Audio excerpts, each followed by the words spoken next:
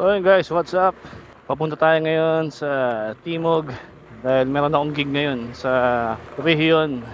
Pero alam nyo ba, kanina parang medyo nagparamdam pa yung ambon. Umambon eh. Tapos ito, pero parang okay naman yung kalangitan. Wala naman bahid. Siguro doon lang yun sa sa second floor, baka may naglalaba o may nagsasampay. Yun, tuyong-tuyo. Okay. Tapos bigayin lang. Parang ano yung camera ko parang malabo. Diba? Muli natin yan.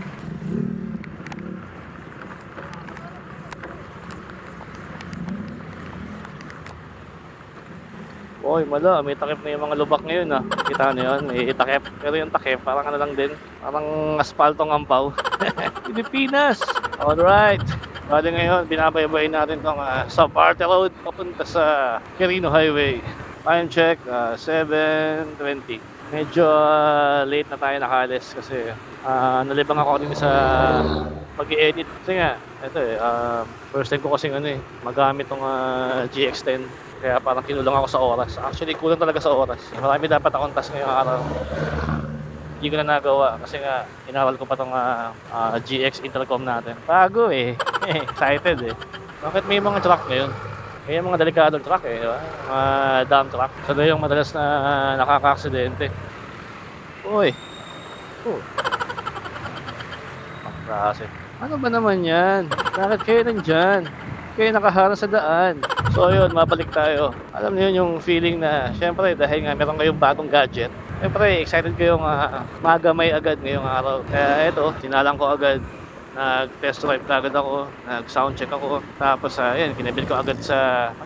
Una pala, in-unbox ko muna. Tapos ayun, yung unboxing ko pala, ano lang yun walang salitaan. No talkies yun. Ano lang siya, ASMR. Ay, nakapost na ngayon yun, yung vlog na yun. Panoorin nyo na lang sa YouTube. Tapos ko siyang i-unbox. Ayun, tsaka ko siya i-install sa helmet.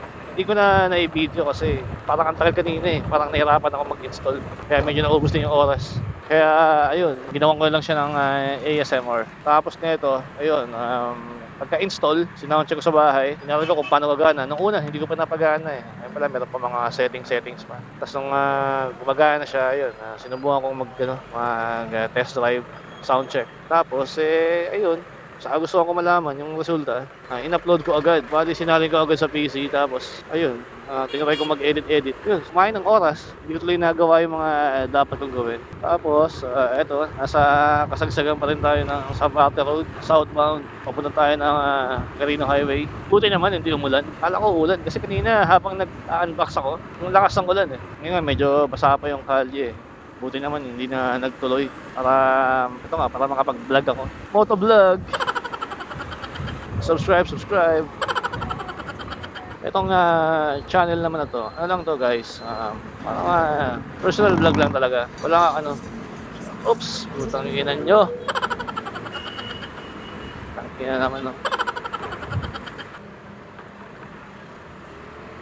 biglang umihinto Munti ka tayo ron Well anyway, shit happens.